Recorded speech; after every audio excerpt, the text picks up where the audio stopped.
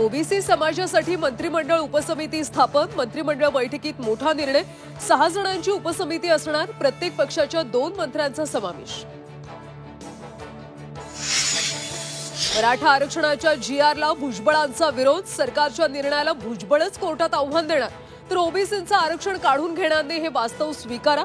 विखेंचा भुजबळांना टोला। राज्यभरात ओबीसी समाज आक्रमक। मराठा आरक्षणाच्या जीआरची होळी।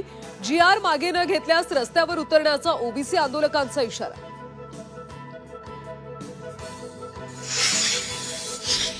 मराठ्यांसाठी काढलेला जीआर म्हणजे व्हायरस। वकील गुणरत्न सदावर्तेंची टीका। जीआरमुळे मराठ्यांना फायदा होणार नसून तो मागे घ्यावा, सदावर्तेंची सरकारकडे मागणी।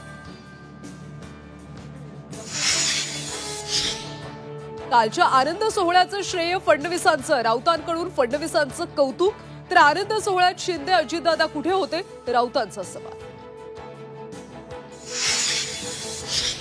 मराठा आंदोलकांसाठी राज्यभरातून नवी मुंबईत पाठवलेल्या लाखो भाकऱ्या, चटणी, ठेच्याची नासाडी।